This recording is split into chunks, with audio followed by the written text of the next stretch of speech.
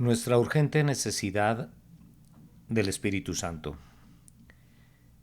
Este sermón fue predicado la mañana del domingo 7 de enero de 1877 por el reverendo Charles Haddon Spurgeon en el Tabernáculo Metropolitano, Newington, Londres. Por el poder del Espíritu Santo, Romanos 15:13. En el poder del Espíritu Santo de Dios, Romanos 15:19. En este momento quisiera solicitarle su atención a la gran necesidad que existe de la manifestación continua del Espíritu Santo en la Iglesia de Dios, si por medio de ella las multitudes deben ser recolectadas para el Señor Jesús. No supe cómo hacerlo mejor que mostrando primero que el Espíritu de Dios es necesario para el propio crecimiento interno en la gracia de la Iglesia de Dios. De ahí mi texto del versículo 13. Y el Dios de esperanza os llene de todo gozo y paz en el creer, para que abundéis en esperanza por el poder del Espíritu Santo. En el que es que evidente que el apóstol atribuye al Espíritu Santo el poder de ser llenados de gozo y paz en el creer, y el poder de abundar en esperanza. Pero luego quise mostrarles también que el poder de la Iglesia en el exterior, ese poder con el que debe ser agresiva y trabajar en el mundo para reunir a los elegidos de Dios de entre los hombres, es también esta misma energía del Espíritu Santo. De ahí que haya tomado el versículo 19, pues el apóstol dice, allí lo que Dios por medio de él había hecho para la obediencia de los gentiles con la palabra y con las obras, con potencia de señales y prodigios en el poder del Espíritu de Dios. Entonces vean, queridos amigos, que para mantener feliz y santa a la Iglesia internamente, antes que nada tiene que haber una manifestación del poder del Espíritu Santo, y en segundo lugar que para que la Iglesia pueda invadir los territorios del enemigo y conquistar al mundo para Cristo, tiene que estar revestida de la misma energía sagrada. Podemos ir más lejos y decir que el poder de la Iglesia para la obra externa es proporcional al poder que mora dentro de ella. Midan la energía del Espíritu Santo en los corazones de los creyentes y podrán calcular cabalmente su influencia sobre los incrédulos. Si la Iglesia es iluminada por el Espíritu Santo, entonces reflejará la luz y se tornará para los espectadores hermosa como la luna, esclarecida como el sol, imponente como ejércitos en orden. Les voy a mostrar por medio de 2 o 3 ilustraciones que el trabajo hacia el exterior depende siempre de la fuerza interior. En un frío día de invierno ha caído la nieve y se ha amontonado una gruesa capa sobre el terreno por el que atraviesas una aldea. Hay una hilera de rústicas casitas y puedes notar que la nieve casi ha desaparecido de uno de los techos, mientras que otra casita soporta todavía un grueso revestimiento de nieve. No te detienes a averiguar la razón de la diferencia, pues sabes muy bien cuál es la causa. Dentro de la primera casita rústica hay un fuego encendido y el calor se expande a través de su techo, de tal forma que la nieve se derrite rápido. En la otra casita no vive ningún inquilino. Es una casa disponible para renta, no hay ningún fuego encendido en su chimenea y por eso la nieve permanece en el techo. En la misma medida que hay calor adentro, había derretimiento afuera. Yo miro un número de iglesias y donde veo que la mundanalidad y el formalismo las recubren con una densa capa, tengo la absoluta certeza de que están desprovistas de calor de la vida cristiana en su interior. Pero donde los corazones de los creyentes arden con el amor divino por medio del Espíritu de Dios, estamos seguros de ver que los males desaparecen y que se originan benéficas consecuencias como resultado. No necesitamos mirar en su interior. En un caso así el exterior es un índice que basta. Tomemos un ejemplo sacado de la vida política. Surge un conflicto entre diferentes naciones. Hay espíritus airados que provocan agitación y parecería muy probable que el nudo gordiano de la dificultad nunca podrá ser desatado por la diplomacia, sino que tendrá que ser cortado como la espada. Todo el mundo sabe que una de las esperanzas de la paz radica en la condición de bancarrota de la nación que probablemente vaya a la guerra. Pues si cuenta con escasos pertrechos, si no puede pagar sus deudas, si no puede acopiar el material para la guerra, entonces no es probable que busque un conflicto. Un país tiene que ser fuerte en recursos internos antes de que pueda aventurarse prudentemente en guerras extranjeras. Lo mismo sucede en la gran batalla de la verdad. Una pobre iglesia muerta de hambre no puede combatir contra el diablo y sus huestes, a menos que la iglesia sea rica en las cosas de Dios y potente con la energía divina. Dejará generalmente de ser agresiva y se contentará con seguir con la rutina regular de una obra cristiana clamando paz, paz, donde no debería haber paz. No se atrevería a desafiar al mundo ni a enviar sus legiones para conquistar sus provincias para Cristo, cuando su propia condición es lastimosamente débil. La fuerza o la debilidad del tesoro de una nación afectan a su ejército en cada marcha, y de igual manera la Iglesia de Dios es influenciada en todas sus acciones por su medida de gracia. Permítame otra ilustración más. Si vivieran en Egipto notarían una vez al año la crecida del río Nilo y la observarían con ansiedad porque la dimensión del desbordamiento del Nilo es con mucho la medida de la fertilidad de Egipto. Ahora la crecida del Nilo depende de aquellos lejanos lagos del centro de África, es decir, depende de si están debidamente llenos por el derretimiento de las nieves o no. Si hay un escaso abastecimiento en los depósitos superiores, no puede haber mucho desbordamiento en el curso posterior del Nilo a lo largo de Egipto. Traslademos la figura y digamos que si los lagos superiores de la comunión con Dios en la iglesia cristiana no están bien saturados, si la potencia espiritual del alma no es sustentada por la oración privada y la comunión con Dios, del Nilo del servicio práctico cristiano nunca llegará a un nivel de inundación. Lo que quiero decir es esto: no puedes extraer de la iglesia lo que no está contenido en ella. El propio depósito tiene que estar lleno antes de que pueda hacer verter un torrente. Nosotros mismos hemos de beber del agua viva hasta estar llenos, y luego de nuestro interior correrán ríos de agua viva, pero no hasta entonces. No se puede distribuir panes y peces en una cesta vacía, por hambrienta que esté la multitud. Un corazón vacío no puede hablar cosas significativas, ni de un alma flaca se puede extraer gruesos tuétanos que aumenten, o más bien que alimenten al pueblo de Dios. De la abundancia del corazón habla la boca cuando habla para edificación, de tal forma que lo primero que debemos hacer es revisar bien los asuntos de casa y pedirle a Dios que nos bendiga y haga resplandecer su rostro sobre nosotros, para que sea conocido en la tierra su camino y en todas las naciones su salvación. Para bendecir a tu raza escogida en misericordia, Señor, inclínate y haz que el resplandor de tu faz brille sobre todos tus santos, para que así tu maravilloso camino sea conocido por todo el mundo, mientras distantes tierras rinden su tributo y reconocen tu salvación. Esta mañana, al tratar de hablar de la gran necesidad de la Iglesia, es decir, de su necesidad de ser conducida vigorosamente por el poder del Espíritu Santo, pido sinceramente que podamos adentrarnos en este tema con la más profunda reverencia concebible. Debemos adorar mientras estamos meditando. Debemos sentir la condescendencia de esta bendita persona de la Deidad, pues se digna morar en su pueblo y obrar en el corazón humano. Recordemos que esta persona divina es muy sensible.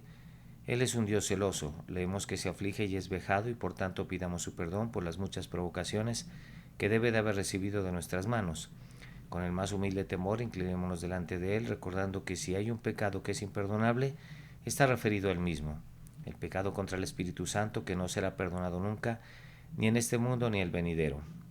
En referencia al Espíritu Santo, estamos en verdad sobre un terreno muy delicado, y si alguna vez velamos nuestros rostros y nos regocijamos con temblor, es cuando hablamos del Espíritu y de esas obras misteriosas con las que nos bendice.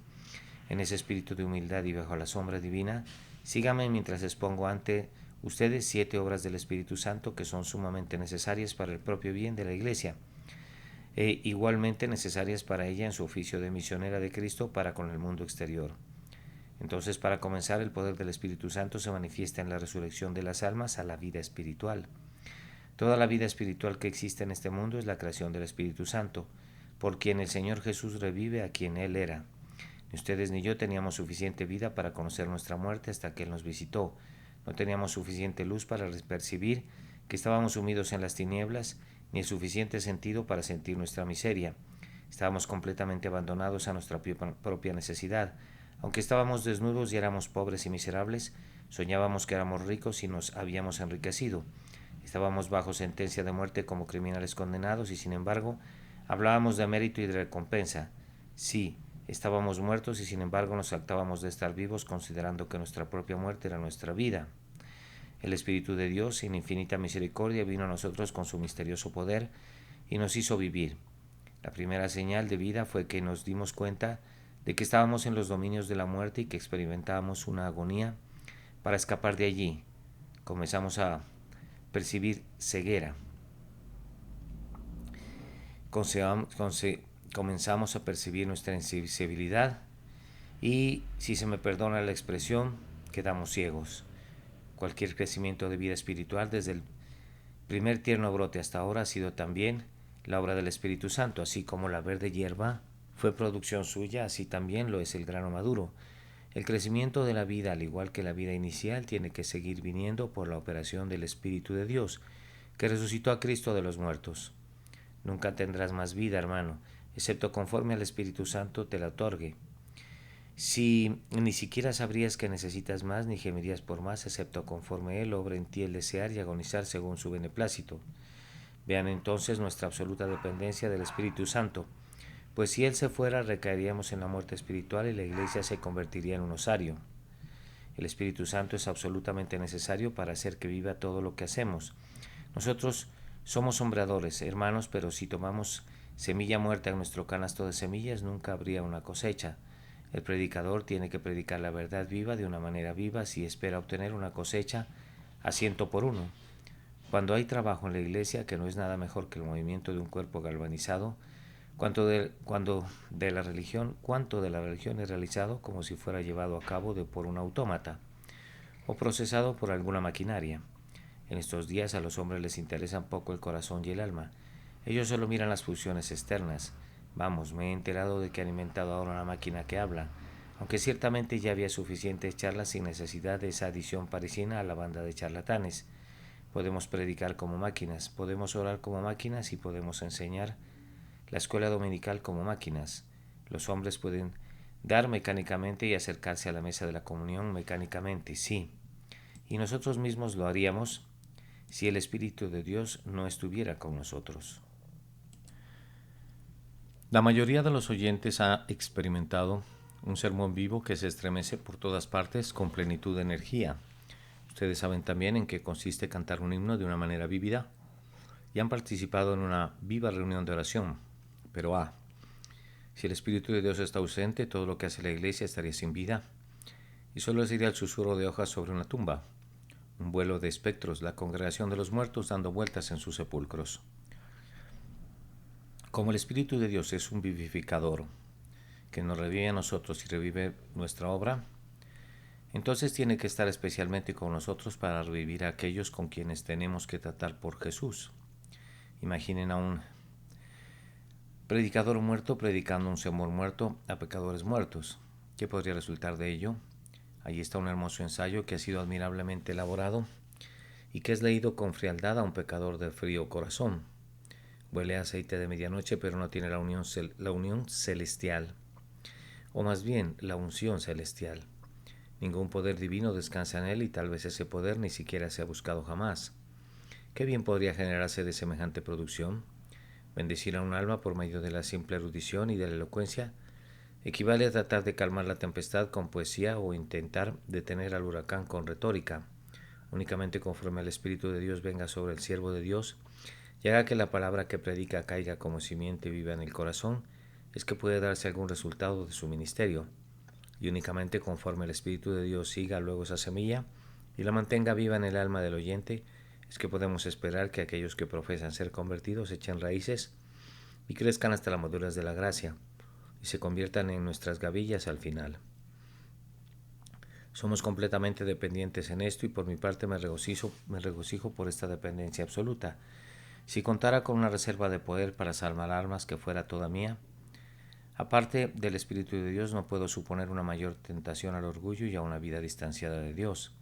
Es bueno ser débil en el yo, y es mejor todavía no ser nada, ser simplemente la pluma en la mano del Espíritu de Dios, incapaz de escribir una sola letra sobre las tablas del corazón humano, excepto según nos use la mano del Espíritu Santo para ese propósito.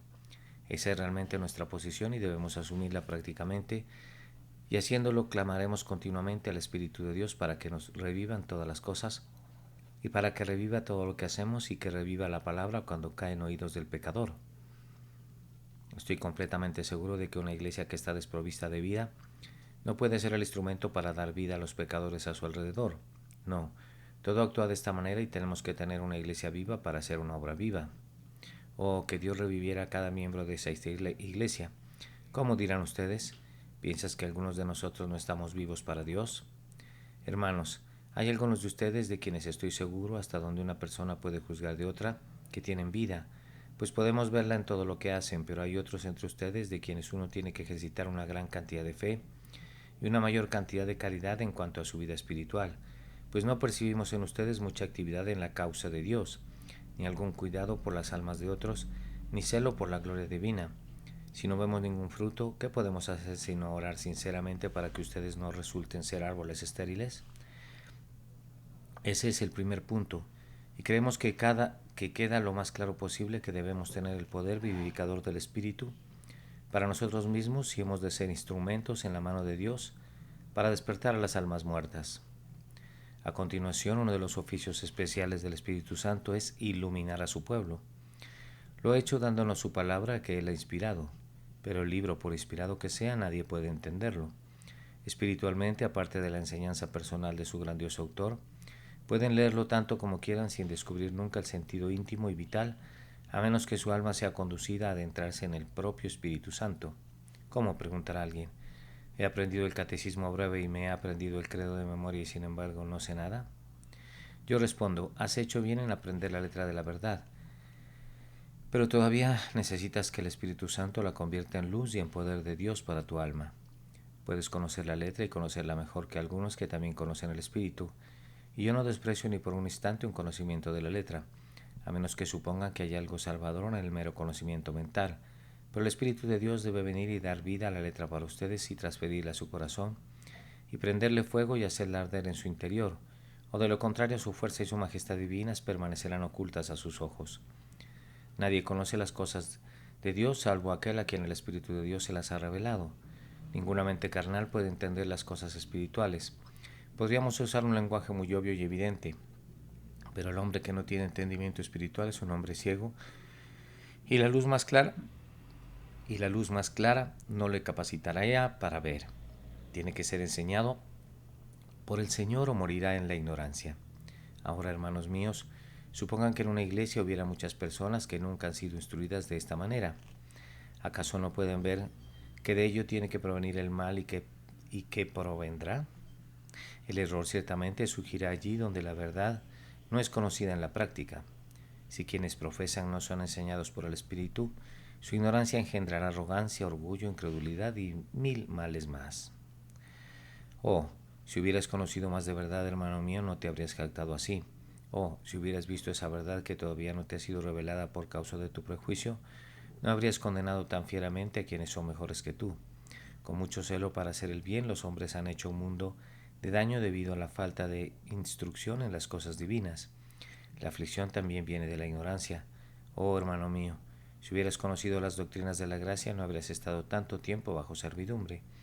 La mitad de las herejías que hay en la Iglesia de Dios no son errores deliberados, sino errores que surgen por no conocer la verdad, por no escudriñar las Escrituras con un corazón enseñable, por no someter la mente a la luz del Espíritu Santo. Como regla deberíamos tratar a la herejía más bien como una ignorancia que debe ser iluminada, que como un crimen que debe ser condenado, salvo hay que algunas veces se convierte en deliberada perversidad. Cuando la mente está ávida de cosas novedosas o inflada por la confianza en sí misma, entonces otro tratamiento podría volverse penosamente necesario. Amados, si el Espíritu de Dios iluminara a la Iglesia plenamente, las divisiones llegarían a su fin. Los cismas son generalmente ocasionados por la ignorancia y por el espíritu altivo que no tolera la corrección. Por otra parte, la unidad real, duradera y práctica existiría en proporción a la unidad de las mentes de los hombres en la verdad de Dios. De aquí la necesidad de que el Espíritu de Dios nos conduzca a toda la verdad. Mi querido hermano, si piensas que conoces una doctrina, pídele al Señor que te dé la seguridad de que la conoces, pues mucho de lo que pensamos que sabemos resulta ser desconocido cuando los tiempos de tribulación nos ponen a prueba. No sabemos nada realmente a menos que sea grabado con fuego en nuestras almas con un hierro candente por una experiencia que únicamente el Espíritu de Dios puede dar. Creo que ahora pueden ver que, siendo tan necesario el Espíritu de Dios para nuestra instrucción, encontramos en esta agraciada operación nuestra fuerza para la instrucción de los demás de manera preeminente. Pues ¿cómo podrían enseñar a aquellos que nunca han sido enseñados? ¿Cómo podrían declarar a los hombres un mensaje que nunca han aprendido? Hijo de hombre, come este rollo, pues mientras no lo hayas comido tus labios no pueden exponerlo nunca a los demás. El labrador, para participar de los frutos, debe trabajar primero. La ley de la viña de Cristo es que nadie trabajará allí mientras no conozca primero el sabor de los frutos que crecen en el sagrado viñedo. Debes conocer tú mismo a Cristo y su gracia y su amor y su verdad antes de que puedas ser siquiera un instructor de bebés para Cristo.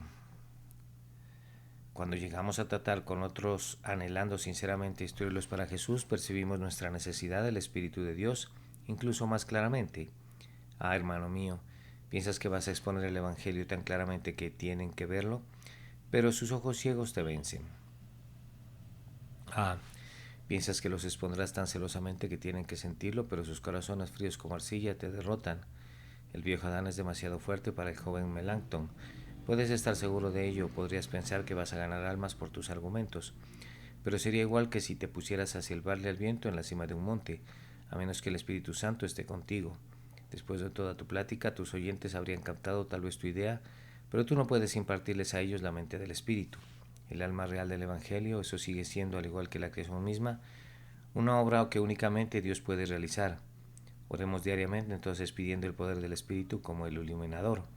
Ven, oh bendita luz de Dios, solo tú puedes disolver nuestras tinieblas personales y solo cuando nos hubieres iluminado podremos conducir a otros a tu luz. Un cristiano ignorante está descalificado para la gran utilidad, pero aquel que es enseñado por Dios enseñará a los transgresores los caminos de Dios y los pecadores serán convertidos a Cristo. Tanto para arder por dentro como para resplandecer por fuera debes tener al Espíritu iluminador. Una opción, o más bien, una obra del Espíritu de Dios es crear en los creyentes el espíritu de adopción, y por cuanto sois hijos, Dios envió a vuestros corazones el espíritu de su Hijo, el cual clama Abba Padre, pues no habéis recibido el espíritu de esclavitud para estar otra vez en temor, sino que habéis recibido el espíritu de adopción por el cual clamamos Abba Padre. Somos regenerados por el Espíritu Santo y así recibimos la naturaleza de hijos. Y esa naturaleza que es dada por Él es apremiada y excitada y desarrollada y madurada continuamente por Él, de tal manera que recibimos día a día más y más del Espíritu semejante al de un niño. Ahora, amados, esto podría parecerles de poca importancia a primera vista, pero es importante, pues la Iglesia nunca está feliz excepto cuando todos sus miembros caminan como hijos amados hacia Dios. Algunas veces el espíritu de esclavitud se introduce en nosotros. Comenzamos a hablar del servicio de Dios como si fuera algo pesado y agobiante, y estamos descontentos si no recibimos salarios inmediatos y éxito visible, tal como lo hacen los siervos cuando no son idóneos. Pero el espíritu de adopción obra por amor sin ninguna esperanza de recompensa y está satisfecho con el dulce hecho de estar en la casa del Padre y hacer la voluntad del Padre. Este espíritu da paz, descanso, gozo, valor y santa familiaridad con Dios. Un hombre que nunca ha recibido el espíritu de un hijo para con Dios no conoce la bienaventuranza de la vida cristiana. Desaprovecha su flor, su labor, su excelencia, y no me sorprende que el servicio de Cristo sea una pesadez para él, porque nunca ha alcanzado las cosas dulces y no goza de los pastos verdes en los que el buen pastor alimenta y hace descansar sus ovejas. Pero cuando el Espíritu de Dios nos hace sentir que somos hijos y cuando vivimos en la casa de Dios para no salir nunca, entonces el servicio de Dios es dulce y fácil y aceptamos la demora del éxito aparente como una parte de la prueba que somos llamados a soportar. Ahora, fíjense en que esto tendrá un gran efecto sobre el mundo exterior, un cuerpo de profesantes desempeñando la religión como una tarea, gimiendo a lo largo de los caminos de la piedad con rostros llenos de miseria, como esclavos que temen el látigo. Solo pueden tener un pequeño efecto sobre los pecadores que les rodean. Dicen, estas personas sirven sin duda a un duro capataz y se están negando esto y aquello, ¿por qué habríamos de ser como ellos? Pero tráigame en una iglesia constituida por hijos de Dios, un grupo de hombres y mujeres cuyos rostros brillan con la sonrisa de su Padre Celestial, que están acostumbrados a tomar sus cuidados y arrojarlos sobre su Padre como deben hacerlo los hijos, que saben que son aceptados y amados y que están perfectamente contentos con la voluntad del grandioso Padre. Pónganlos en medio de un grupo de impíos y les garantizo que comenzarán a envidiarles su paz y gozo. De esta manera los santos felices se convierten en operadores sumamente eficientes sobre las mentes de los que no son salvos. Oh bendito Espíritu de Dios, debemos sentir ahora que somos los hijos del grandioso Padre, y nuestro amor infantil debe ser cálido esta mañana.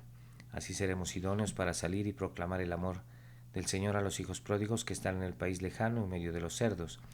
Pienso que estos 3 puntos son evidentes por sí mismos. Ahora pasemos a un cuarto.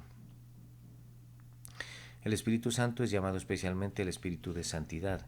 Él nunca sugirió el pecado ni lo aprobó, ni ha hecho ninguna otra cosa que contristarse por el pecado. Pero la santidad es el deleite del Espíritu. La Iglesia de Dios lleva en su frente las palabras santidad a Jehová. Solo en la proporción que sea santa podría ella reclamar ser la iglesia de Dios. Una iglesia profana. Ciertamente esta no puede ser aquella de la cual leemos: Cristo amó a la iglesia y se entregó a sí mismo por ella para santificarla, habiéndola purificado en el lavamiento del agua por la palabra, a fin de presentársela a sí mismo, una iglesia gloriosa que no tuviese mancha ni arruga ni cosa semejante, sino que fuese santa y sin mancha. La santidad no es simple moralidad, no es la observación externa de los preceptos divinos motivados por un severo sentido del deber. Mientras que esos mandamientos en sí mismos no son deleitables para nosotros, la santidad es la totalidad de nuestra humanidad, consagrada plenamente al Señor y se moldea a su voluntad, o más bien, moldeada a su voluntad. Eso es lo que la Iglesia de Dios debe tener, pero que no puede tener nunca aparte del santificador, pues no hay un ápice de santidad bajo el cielo si no es por la operación del Espíritu Santo. Y hermanos, si una iglesia está desprovista de santidad, ¿qué efecto podría tener en el mundo? Los burladores desprecian y desdeñan a los profesantes cuyas vidas inconsistentes contradicen sus testimonios verbales. Una iglesia profana puede desear ardientemente el dominio y luchar por él, pero el reino no viene a los profanos, ni los profanos han entrado en él. El testimonio de los hombres profanos no es más aceptable para Cristo de lo que fue el tributo que el espíritu maligno le rindió en los días de su carne, al cual le respondió: cállate. Al malo dijo Dios: ¿qué tienes tú que hablar de mis leyes y que tomar mi pacto en tu boca? El rocío es retenido y la lluvia no desciende a su tiempo sobre la labranza de aquellos que profesan ser siervos de Dios, pero que siembran iniquidad. Después de todo, predican más al mundo los actos de la iglesia que las palabras de la iglesia. Pongan a un hombre ungido a predicar el evangelio en medio de personas realmente piadosas, y su testimonio será apoyado maravillosamente por la iglesia con la que labora. Pero pongan al ministro más fiel en una iglesia profana, y tendrá tal peso sobre sí que primero tiene que librarse de él o no podrá tener éxito. Podría predicar hasta el desfallecimiento, podría predicar hasta que sus rodillas se conviertan en llagas, pero las conversiones serían severamente obstaculizadas si es que hubiere conversiones. No hay ninguna probabilidad de victoria para Israel mientras la maldición de Acán está en el campamento. Una iglesia profana hace decir a Cristo que no puede hacer muchas obras poderosas por causa de su iniquidad. Hermanos, ¿no ven en este punto nuestra necesidad del Espíritu de Dios? Cuando llegas al punto de forcejear con el pecador y tienes que hablarle de la necesidad de santidad y de un corazón renovado y de una vida piadosa que debe brotar de ese corazón renovado, ¿esperas que los impíos estén encantados con lo que les dices? ¿Qué le importa a la mente irredenente a la justicia? ¿Estuvo ávido de santidad jamás un hombre carnal? Tal cosa no se ha visto nunca. Esperar que un corazón irredento estuviera enamorado de la santidad sería lo mismo que esperar que el diablo estuviera enamorado de Dios. Pero el pecador tiene que amar lo que es puro y recto. De lo contrario no puede entrar en el cielo. Tú no puedes hacer que ame eso. ¿Quién podría hacerlo sino el Espíritu Santo que hizo que ames aquello que tú también una vez despreciaste? Por tanto, no salgas a luchar contra el pecado mientras no hayas tomado las armas del arsenal del Espíritu Santo eterno. Las montañas de pecado no se convertirán en llanuras a tu mandato a menos que el Espíritu Santo se agrade en hacer eficaz la palabra. De esta manera vemos que necesitamos al Espíritu Santo como el Espíritu de santidad. En quinto lugar, la Iglesia necesita mucha oración y el Espíritu Santo es el Espíritu de gracia y de súplicas. La fuerza de una iglesia puede ser medida con bastante precisión por su grado de oración. No podemos esperar que Dios aplique su poder a menos que le imploremos que lo haga, pero toda suplicación aceptable es obrada en el alma por el Espíritu Santo. En el primer deseo que Dios acepta, tiene que haber sido provocado ese primer deseo en el corazón por las operaciones secretas del Santo de Israel, y cada súplica subsiguiente de cualquier tipo que contenga un grano de fe viva y que por tanto se eleva como memorial delante del Señor, tiene que haber sido obrada eficazmente en el alma por aquel que moldea la intercesión en los santos de acuerdo a la voluntad de Dios. Nuestro grandioso sumo sacerdote no pondrá en su incensario ningún incienso, excepto aquel que el Espíritu ha compuesto. La oración es la creación del Espíritu Santo. No podemos vivir sin oración y no podemos orar sin el Espíritu Santo, y de aquí nuestra dependencia de él. Además, cuando tratamos con pecadores sabemos que tienen que orar. He aquí el ora. Es uno de los más tempranos signos del nuevo nacimiento. ¿Pero acaso podemos nosotros hacer orar al pecador?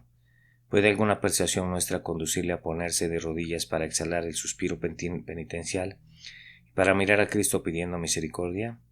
Si han intentado la conversión de un alma ejerciendo su propia fuerza, sabrán que han fracasado, y así habrían fallado si hubieran intentado la creación de una sola oración aceptable, aunque fuera en el corazón de un niño. Oh, entonces, queridos hermanos, clamemos pidiendo al Padre Celestial que nos dé el Espíritu Santo. Pidámosle que esté en nosotros más y más poderosamente como el Espíritu de oración, haciendo intercesión en nosotros con gemidos indecibles, para que la Iglesia no se pierda de la bendición divina por no pedirla. Yo creo verdaderamente que esta es una presente debilidad y una gran causa por la cual el reino de Cristo no se extiende más poderosamente. La oración está demasiado restringida y por esta razón la bendición es retenida. Será siempre restringida a menos que el Espíritu Santo estimule los deseos de su pueblo. Oh bendito Espíritu, te pedimos que nos hagas orar por Jesús nuestro Señor. En sexto lugar, el Espíritu de Dios es de una manera muy notable el dador de la comunión. Con la frecuencia que pronunciamos la bendición apostólica, oramos para recibir la comunión del Espíritu Santo. El Espíritu Santo nos capacita para tener comunión con las cosas espirituales. Solo Él puede tomar la llave y abrir el misterio secreto para que conozcamos las cosas que son de Dios. Nos da comunión con Dios mismo por medio de Jesucristo, por el Espíritu. Tenemos acceso al Padre. Nuestra comunión es con el Padre y con su Hijo Jesucristo. Pero el Espíritu de Dios, quien nos lleva a la comunión, es quien nos lleva a la comunión con el Altísimo. De igual manera, mis queridos hermanos, nuestra comunión de unos con otros en la medida que es comunión cristiana es siempre producida por el Espíritu de Dios. Si hemos continuado juntos en paz todos estos años, no podría atribuirlo a nuestros buenos temperamentos constitucionales, ni a la sabia administración ni a ninguna causa natural, sino al amor en el que nos ha bautizado el Espíritu, de tal manera que la naturaleza rebelde ha sido apaciguada. Si una docena de personas cristianas viven juntas durante 12 meses en verdadera unión espiritual de afecto inquebrantable, atribúyanlo al amor del Espíritu. Si 12, 100 o 4 veces ese número son capaces de perseverar en un servicio unido y se encuentran amándose los unos a los otros después de muchos años, más de lo que hacían al principio debe ser considerado como una bendición del Consolador, por lo cual Él ha de ser adorado devotamente. La comunión solo puede llegarnos por el Espíritu, pero una iglesia sin comunión sería una turba desordenada, un reino dividido contra sí mismo y por consiguiente no podría prosperar. Se necesita comunión para una fuerza, una guía y un estímulo mutuos, y sin ella su iglesia es una simple sociedad humana. Si han de dar testimonio en el mundo, tienen que ser unidos como un cuerpo viviente. Una iglesia dividida ha sido desde hace mucho tiempo el escarnio del anticristo.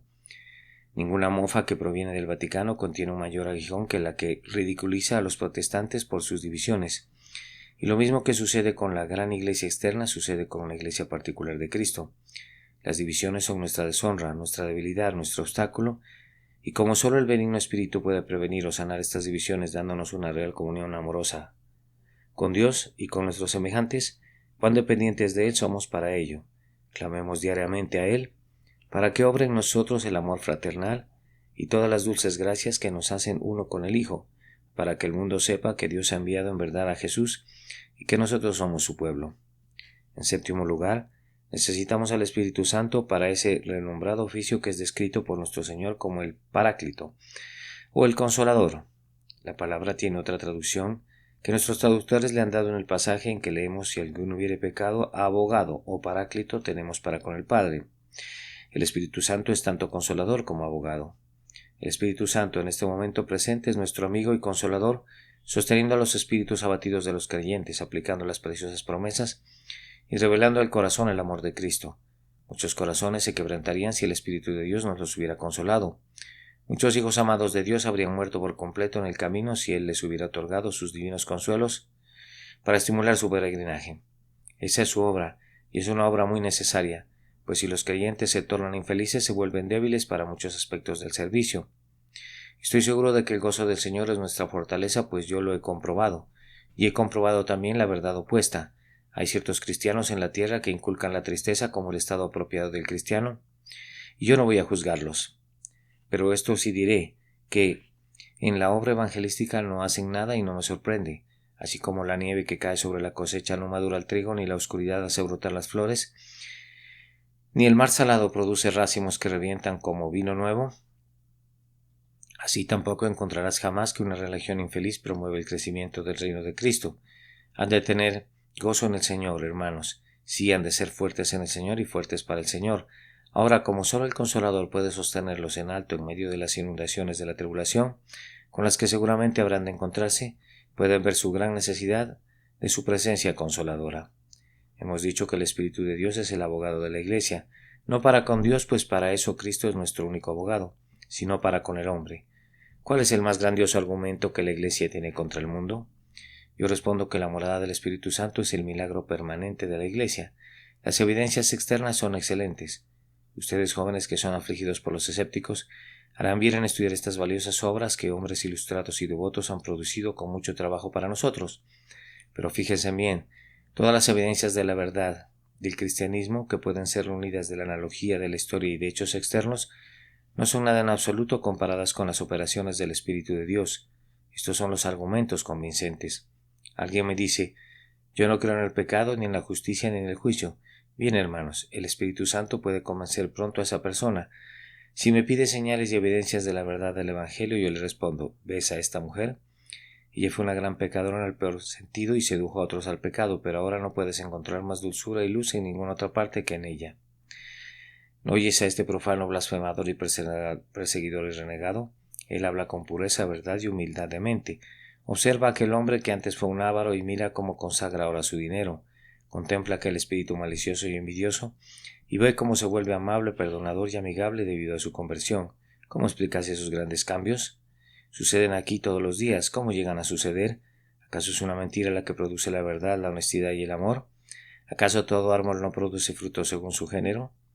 Entonces, ¿qué será esa gracia que produce tan benditas transformaciones? Los maravillosos fenómenos de cuervos convertidos en palomas y leones convertidos en ovejas, las prodigiosas transformaciones del carácter moral que el ministro de Cristo se goza en ver, obradas por el Evangelio. Estos son nuestros testimonios y son incontestables. Pedro y Juan suben al templo y salen a un hombre lisiado. Pronto son detenidos y presentados ante el Sanedrín. Esa es la acusación en su contra. Ustedes han estado predicando en el nombre de Jesús y este Jesús es un impostor. ¿Qué dicen Pedro y Juan? No necesitan decir nada, pues ahí está en pie el hombre que fue sanado, ha traído su muleta con él y la ondea en señal de triunfo y corre y salta. Él constituía su volumen de evidencia, su apología y su prueba. Y viendo al hombre que había sido sanado, que estaba en pie con ellos, no podían decir nada en contra. Si tenemos al Espíritu de Dios en medio de nosotros, y las conversiones son constantemente obradas, el Espíritu Santo cumple así su abogacía y refuta a todos los acusadores. Si el Espíritu obra en tu propia mente, siempre será para ti la mejor evidencia del Evangelio. Me encuentro algunas veces con alguna muestra de infidelidad y luego con otra, pues nuevas dudas y renovadas infidelidades son engendradas cada hora, y los hombres inestables esperan que leamos todos los libros que deciden producir, pero el efecto producido en nuestra mente es cada vez menor. Esta es nuestra respuesta. De nada sirve que traten de hacernos tambalear, pues ya estamos familiarizados con todo lo que ustedes sugieren. Su propia incredulidad natural los ha superado. Hemos tenido dudas de un tipo que ni siquiera ustedes se atreverían a expresar si la conocieran, pues hay suficiente infidelidad y malignidad en nuestras propias naturalezas para hacernos conocedores de los sacrificios de Satanás. Hemos peleado la mayoría de las batallas sugeridas por ustedes una y otra vez, en la cámara secreta de nuestra meditación, y hemos vencido, pues hemos estado en un contacto personal con Dios. Se burlan, pero no hay ningún argumento en la burla. Somos tan honestos como lo son ustedes, y nuestro testimonio es tan bueno como el suyo en cualquier tribunal, y nosotros declaramos solemnemente que hemos sentido el poder del Espíritu Santo en nuestra alma, en la misma medida que el viejo océano ha sentido la fuerza del viento del norte. Hemos sido sacudidos hasta la agonía bajo un sentido de pecado, y hemos sido elevados hasta el éxtasis del deleite por la fe en la justicia de Cristo. Descubrimos que el pequeño mundo dentro de nuestra alma, el Señor Jesús, allí se manifiesta para que lo conozcamos. Hay una potencia contenida en las doctrinas que hemos aprendido que no podía pertenecer a las mentiras, pues hemos probado en la experiencia práctica las verdades que creemos. Nos dicen que no hay alimento. Acabamos de darnos un festín. Nos dicen que no hay alguna agua en la fuente, hemos estado pagando allí nuestra sed. Nos dicen que no hay tal cosa como la luz, no sabemos cómo podremos demostrarle su existencia, pues ustedes probablemente son ciegos, pero nosotros podemos ver. Ese argumento basta para nosotros y nuestro testimonio es verdadero. Nos dicen que no hay vida espiritual, nosotros la sentimos en lo más íntimo de nuestras almas. Estas son respuestas que el Espíritu de Dios nos proporciona y son una parte de su función de abogado. Vean además cuán enteramente dependientes somos del Espíritu de Dios para enfrentar las diversas formas de incredulidad que surgen en torno nuestro. Ustedes pueden tener sus sociedades para colectar evidencias y pueden alistar a todos sus obispos y doctores en teología y profesores de apologética. Y ellos pueden escribir rollos de evidencia lo suficientemente largos para circundar el globo, pero la única persona que puede convencer al mundo salvadoramente es el abogado, a quien el Padre ha enviado en el nombre de Jesús. Cuando Él revela el pecado de un hombre y su resultado inevitable, el incrédulo se pone de rodillas. Cuando quita la balanza y enarbola al Redentor crucificado y el mérito de la sangre preciosa, todos los razonamientos carnales son clavados en la cruz. Un golpe de convicción real de pecado hará tambalear al más obstinado incrédulo, y posteriormente, si su incredulidad retorna, las consolaciones del Espíritu Santo pronto lo consolarán y lo sacarán de allí. Por tanto, igual que les dije al principio, lo mismo les digo al final. Todo esto depende del Espíritu Santo, y en Él esperemos en el nombre de Jesús, implorándole que manifieste su poder entre nosotros. Amén. Porción de la Escritura leída antes del sermón. Romanos capítulo 15. Sermón predicado en la mañana del domingo 7 de enero de 1877 por el reverendo Charles Haddon Spurgeon en el Tabernáculo Metropolitano, Newington, Londres. Por el poder del Espíritu Santo, Romanos capítulo 15, versículo 13.